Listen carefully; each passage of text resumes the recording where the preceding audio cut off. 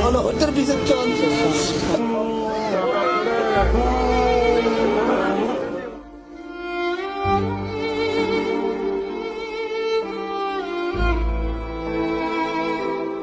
অনাগত সন্তানের মুখ দেখা হলো না আইনজীবী সাইফুলের। 3 বছরের ছোট্ট একটা মেয়ে রয়েছে সাইফুলের, অন্যদিকে তার স্ত্রী 4 মাসের অন্তঃসত্ত্বা। এখন বাচ্চা মেয়েটার কি হবে? আমার পরিবার তো শেষ হয়ে গেল।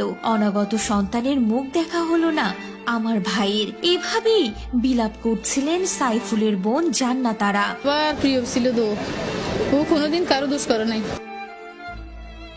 পরিবার সূত্রে জানা যায় 7 ভাই বোনের মধ্যে আইনজীবী সাইফুল ইসলাম ছিলেন চতুর্থ। বিয়ে করেছেন বছর কয়েক আগে। সদ্য সহকারী পাবলিক প্রসিকিউটর হিসেবে নিযুক্ত হয়েছেন তিনি। ভাইয়ের আহত হওয়ার খবর শোনার পর মেডিকেল পড়ুয়া মেয়েকে জান্নাতারা বলেন, আসরের সময় একজন খবর দিয়েছে সাইফুলের যেন কি হয়েছে। আমার মেয়েটা মেডিকেলে পড়ে। আমি ওকে ফোন দিয়ে বলি যে তোমার মামার কি হয়েছে, একটু দেখতে যাও তো। পরে মেয়ে আমাকে বলে, মা, মামা তো আর নেই। হাসপাতালে ছুটে এসে দেখি আমার আদরের ভাইটা আর নেই।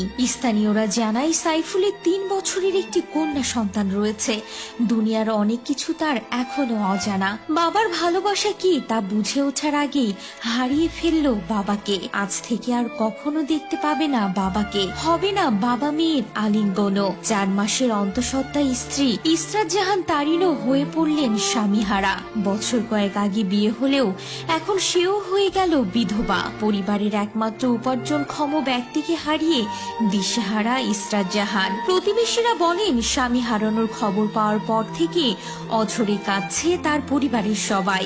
অথচ মাস কয়েক আগে সহকারী পাবলিক প্রসিকিউটর নিযুক্ত হয়েছিল সাইফুল ইসলাম। এটিকে ঘিরে আনন্দ উচ্ছ্বাস ছিল তাদের পরিবারের মধ্যে, কিন্তু এক মুহূর্তে নিঃশেষ হয়ে গেল সবকিছু। পুরো পরিবারের সামনে এখন ঘোর অন্ধকার। চট্টগ্রাম জেলা আইনজীবী সমিতির সভাপতি অ্যাডভোকেট নাজিম উদ্দিন বলেন, ইস্কনের চিন্ময় কৃষ্ণ দাসকে কারাগারে পাঠানোকে কেন্দ্র করে তার লোকজন 3-4 ঘন্টা প্রিজন ভ্যান আটকে রেখেছিল। পরে তাদের সরিয়ে দিয়ে তাকে যখন কারাগারে নেওয়া হলো, তারা আদালত ভবনে ওঠার পথে পুরাতন বাংলাদেশ ব্যাংকের সামনে আমাদের একজন শিক্ষানবিশ আইনজীবীর উপর আক্রমণ করে।